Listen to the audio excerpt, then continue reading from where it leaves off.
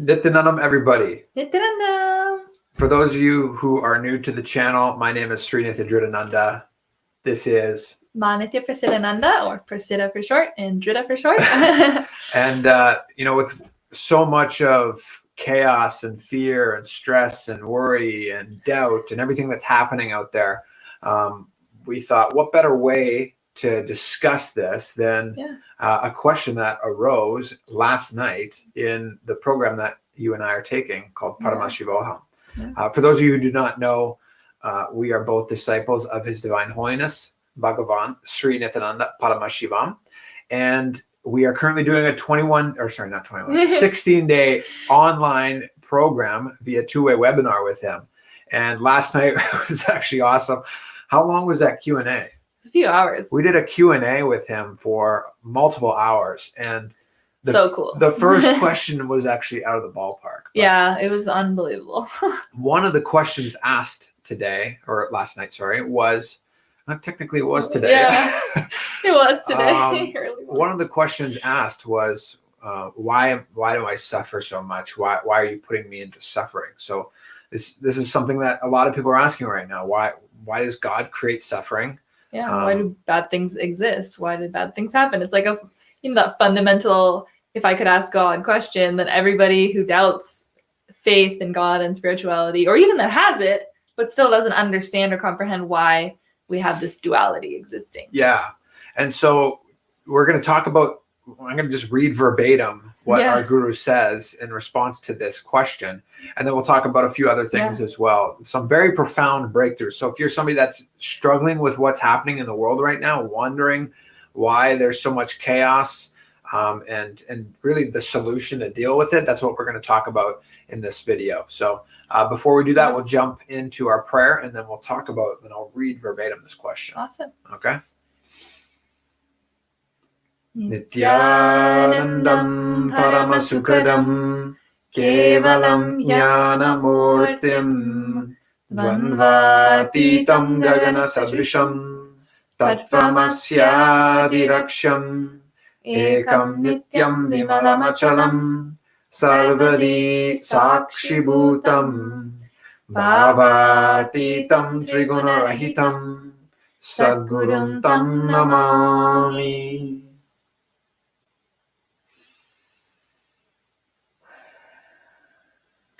All right. So, the question last night that we're going to jump right into is, why does Paramashiva, God, in Sanskrit, we see Paramashiva as more than just the generator, operator, destroyer, but he's also the one that liberates you and the one that does he put you into suffering, puts you into delusion, is what the cause of maybe some suffering is. But so the question verbatim was, why does God make us suffer? Why do you make me suffer? And if you don't understand, just to give a quick context, Guru is the embodiment of Shiva, the divine.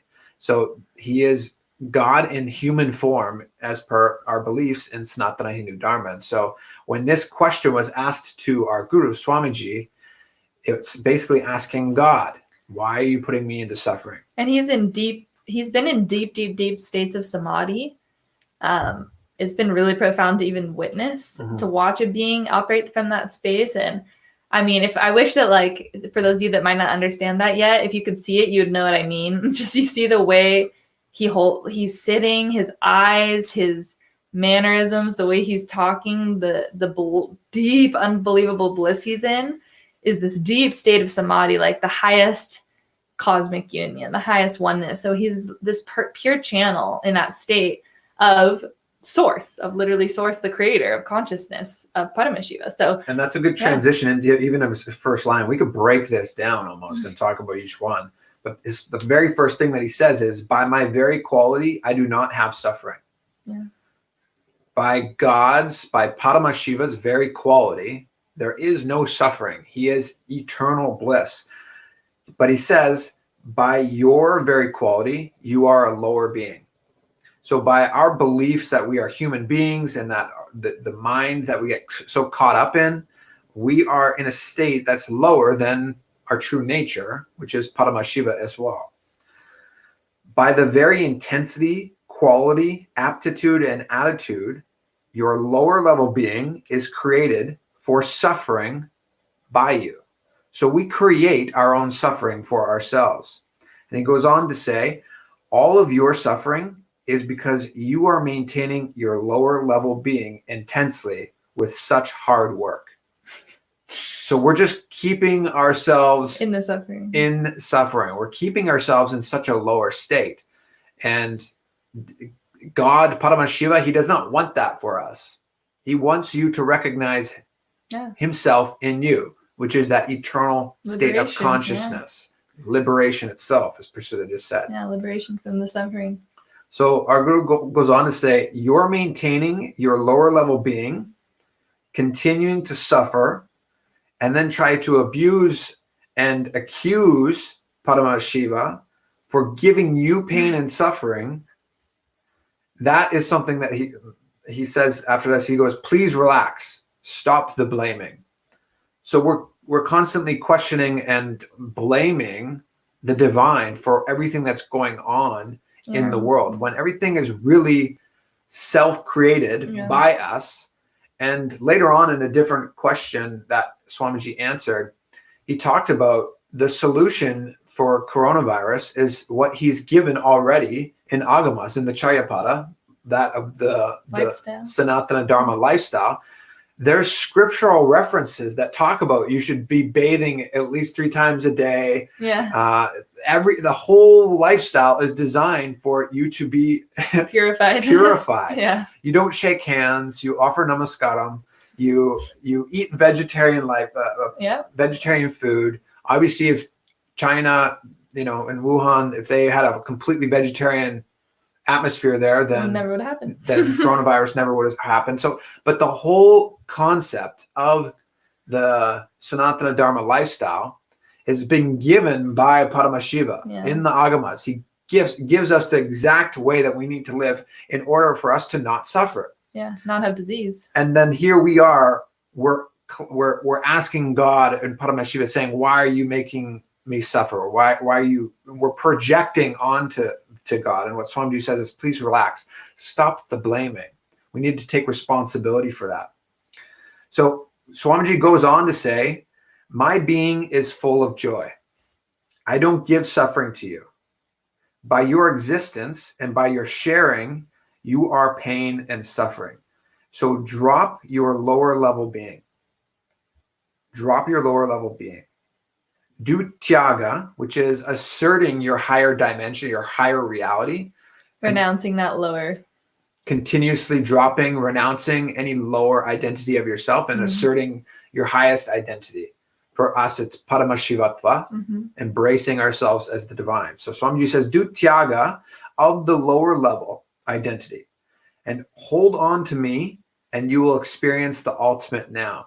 So if we're going through sufferings, if we're going through some sort of low state, all we need to do is drop that cognition and hold on to Paramashiva, hold on to the divine and connect with God, however you feel most connected. And that's why Hinduism is so beautiful, because you can connect in a lot of different ways, but hold on to the divine. So he says, basically in summing, stop the blame game that I put you into suffering. And he's not saying responsibility, but basically take the responsibility that you put yourself into suffering. And even though again and again, the help and support has been there, Paramashiva, God has been reminding you. So here we are, we're like, why are we suffering? Like, why am I sick? Well, you're eating, this fake crap food. And in Agamas, it says, no, eats the sattvic diet, it needs to be freshly cooked. In all dimensions of life, the solution is there and it's gifted to us in Agamas. And whether that's for lifestyle, but for our spiritual calling as well. So maybe one of the most profound Q&As last night. What did you think of that answer or any of the other questions? Yeah, how I kind of cognized it, how I've always understood it since learning, kind of putting the pieces together, so to speak, on my own spiritual path, but also realizing this exact same truth is shared in Hinduism from what I understand. about how we all exist, why we all exist in our individual consciousness, and that why like we even have multiple forms, right? Why did one become many? Why did, like, that's also one of those universal questions. If all that existed was one, space, God, pure consciousness without form, why did we take all these different forms? Why are there all these different species and all these different bodies and all these different, spectrum of being split? These consciousnesses split. It's that fundamental beginning of life itself, which was the choice to be in delusion. We all chose, as consciousness itself, to put ourselves into delusion in order to experience ourselves. Because without duality, without all the physical matter reality separating us from one another and our true nature, there is no joy in the self-realization, because it's all that was. So there was no comparison, right? Same way you don't know what light is if you've only been in darkness, or if you've only been in light, you don't know that you're in light. It's just all you know. We were that consciousness. And so we just, for whatever reason, we decided to put ourselves in this experience. But the realized self, which is Guru, is constantly taking form, telling us, you don't have to play this game anymore. Hasn't it been enough? You know, you've had thousands of births. Are you over it yet? And we are, because if we're in suffering, it means part of us is already over it. We're already thinking, I'm done with this. I want to move into something higher. But part of us is clutching onto that lower identity, like Swamiji's saying. And so I think it's really powerful to remember that the ultimate liberation is the responsibility over our life. Yeah, and it kind of transitions nicely into one of the other questions, which was talking about duality. Yeah. And Swamiji was answering that. He said, duality does not exist. So yes, we're here and we're experiencing this delusion or illusion of one, time and space, that's a real existence, but that you and I are separate. The suffering that we need to suffer. Yeah. All of these things are stemming from the cognition or our belief in duality. But what Swamiji was saying, our guru was saying, is that duality does not exist. Conflicts imagined by your voluntary decision, incompletions imagined by your voluntary support, confusions consciously encouraged by you are the reasons for your imagined duality and your that your imagined duality exists.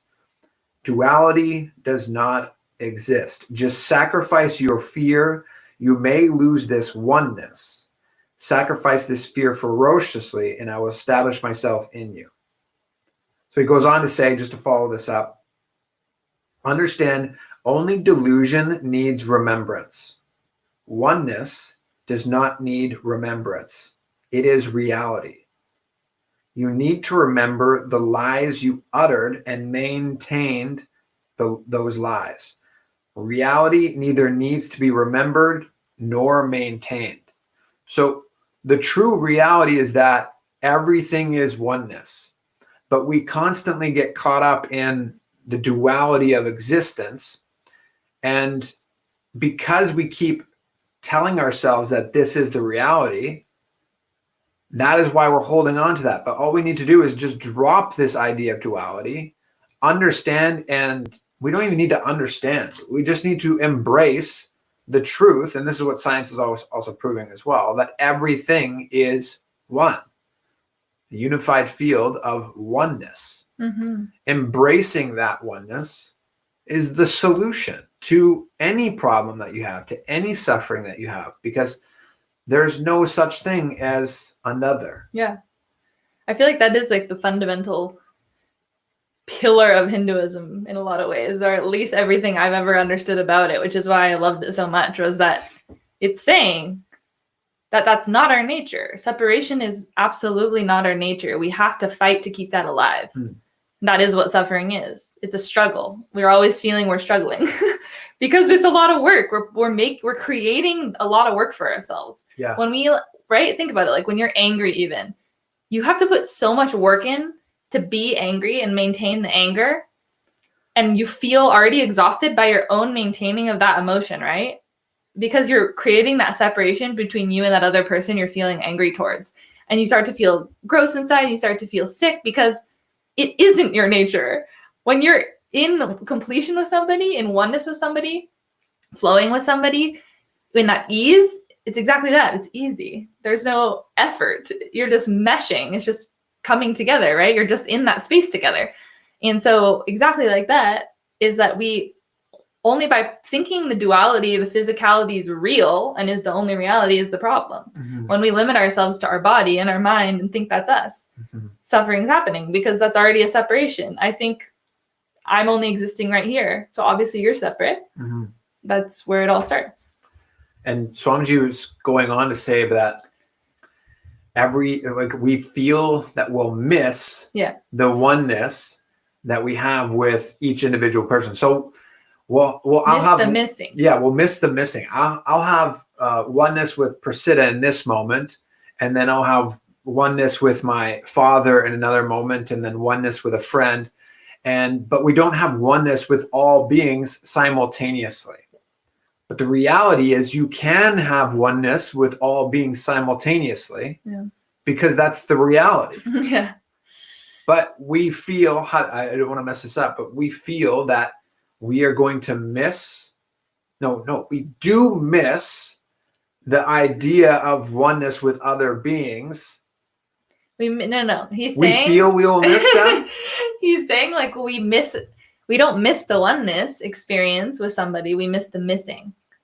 Which means like I had oneness with you, say, in this moment, and then later on I don't. It's those ups and downs that I miss. Okay, yeah. Because being in oneness with someone is simple. There's no extra emotion attached or attachment to it. Yeah. But when we don't have the oneness experience, actually part of us enjoys this. Because anytime we're in our ego, that's enjoyable. Because we're creating this Maya, which is a very complex matrix system we have created. So it feels good to our ego to be separate. When we're out of it, our ego was like, wait, 1 second. What do you mean? I have to miss that person. I have to feel like that person is my husband and my partner and not me. I enjoy this separation of him as husband, me as wife, this relationship versus what it might be if I was to just always be operating in a space of you're just me. What's the big deal? You know? So this ties in more of a solution, or to talk about the solution to this as well, is Swamiji's always talking about power manifestation, doing power manifestation. And the irony is people say, oh, that's such an ego thing, that it's a distraction on your path to enlightenment, that these cities should be avoided. And the reality is that this is a direct solution for you to get into that space of oneness with Paramashiva, to go beyond the suffering, to only be in that powerful state of consciousness. That's true. Swamiji said, I'll read verbatim what he's responded to somebody last night about the power manifestation. Understand all power manifestation is just feeling connection. So having this deep feeling connection with the divine. Intensity with which you feel oneness with me is that feeling connection. So if you have a really intense bhakti, yeah, that's a good source or a good word. Tyaga of your lower identity and intense oneness with me, that's all that decides quantity and quality of Paramashiva. So having an intense desire, asserting ferociously that you are Paramashiva, that's all that separates us from going beyond, not only going beyond suffering, but really manifesting the same abilities of Paramashiva, power manifestation. So Swamiji says, understand this, decide to do tyaga of all the desires and fears related to power manifestation and your identity ferociously. Hold on to your declaration to be me, Paramashiva. Hold on to your will persistence, letting me manifest in you, Paramashiva Jnana, and you will manifest all the powers in the fullest scale, in the highest intensity, quantity, and quality. So asserting our identity as Paramashiva not only is your solution to go beyond suffering, but it's your solution to manifest anything that you want in your life. Yeah. It is the direct path. We were talking about the condor the other day. Oh, yeah. Yeah. Steve Jobs did mention some study that was done in the 1970s on locomotion. So to find out they looked at all the species on the planet and to assess what being or what species was the most efficient. And it turned out to be the condor. The condor from A to B was the most efficient species on the planet. The most efficient path to enlightenment is to declare it right now, in this moment, you are Paramashiva. Yeah. The most efficient way to express powerfulness, to be successful, is to declare that you are Paramashiva right now. Asserting that oneness and asserting the higher identity. That's the only way out, because ultimately all enlightenment is that you continuously make that decision for yourself. Because, right, every day of our lives, every moment of our lives, every second, every minute, every hour is just choices, right? It's always choices in our inner space of how we're reacting to the world around us. Yeah. And so in this program, that's basically what this all is. Paramashivoham Level 2 is the second time Paramashivoham program has happened. It is all about asserting this higher identity of yourself, manifesting that state, space, and being, and of course, expressing the powers of Paramashiva. And so this is what we're on day 7 now. Yes. Day 7. Day 7. It's crazy. It's been so intense and honestly just really transformative. If you guys are still listening, anyone who genuinely is a very strong seeker looking for something more in their life, I would want nothing more than to tell them to join this program. And it's a perfect, beautiful opportunity because there's literally no barriers. Yeah. It's on Indian time. So even if you're a Westerner and you have a job, you can still attend it, just like me. 2, there's no price on it. So these programs used to be thousands of dollars in the past. And Swamiji just wants there to be no barriers for people. So please, if you have that intensity of seeking and you really are looking for the next upgrade for yourself out of suffering, out of whatever that you're dealing with, out of your lower identities, and the freedom that comes with that, and manifesting actual enlightenment experiences, this is the program. Like, this is the program for you. It's been such an amazing experience. So much churning happening for us and expansion already. And it's funny how quickly Swamiji's space, overtakes you, because in our household, me, my brother, and Dridha, of course, have been attending the program all together. And it's funny how much even the dynamic in our house has changed every single day since the program started. Yeah. We are up for 14 hours or more through the entire night, and we go to sleep around 7 or 8 in the morning. We get up at 11 or 12 latest, and we only have 5 hours until the program starts again. So we have such way shorter sleep window, only a few hours, and we have way shorter activity time of the day when everything obviously of regular life is happening, and yet we're being so much more productive. All of us have been so intensely active, getting so much done, so much more efficient, so much more on point with everything. And then this is only the beginning. And it's just funny how that wasn't even necessarily an intentional choice in my space. It was just happening without effort. That's how I felt, at least. Yeah. No, I completely agree. And so that's been a beautiful experience. And we mentioned this before. There's no better time than right now to focus on your own individual growth. I know. Everybody's stuck at home anyways. It's what could you be doing that's better? Yeah, there's nothing else that you could be doing other than focusing on expanding your consciousness, embracing yourself as the divine, going beyond suffering. Yeah, absolutely. The result is bliss. Each time that we do a meditation process or an initiation with Swamiji, it's just next level continuously. And so yeah, it's been really deep states of bliss and samadhi and kundalini awakening, really powerful. I don't even have words, but it's been really powerful. I know Dridha's been experiencing it deeply as well. And you can tune in actually for free, even I think tonight's the last night where it's going to be live. Whether you signed up or not, you can join on Nithyananda TV. which we'll share. So I would, even if you want to get a glimpse and check it out tonight. It's going to be starting around 5:30 or 6 tonight, and then it'll go literally through the entire night. But you really want to stay tuned for when Swamiji actually himself comes on. So don't just check out right away because you're bored with somebody else talking. Like, just keep sticking it out. Also, if you, maybe last thing we can end with, if you're interested even slightly and you want to like know more information, or you want to know what to do and how to sign up and how to make it happen for yourself, reach out to us. Yep. We're so happy to have a conversation with you over message or even call in the next few days. We would love to help cause your reality and enrich you about it. So definitely message us personally you can comment on this page or message us on Facebook or Instagram. And we would love to connect with you about it. Yeah. So we'll end it there. Yeah. And hopefully we'll get to see you guys. Or I know some of the people that have tuned in, they're already in the program. So, but hopefully we get to see some new faces in there as well. And yes, please feel free to reach out and contact us. So thank you so much for tuning in, everybody. We'll close with the Puna Mantra, and we'll see you maybe tonight. Yeah. Okay. Om Purnamadav Purnamidam Purnat Purnamudachyate Purnasya Purnamadaya Purnameva Vashishyate. Om Shanti Shanti Shanti.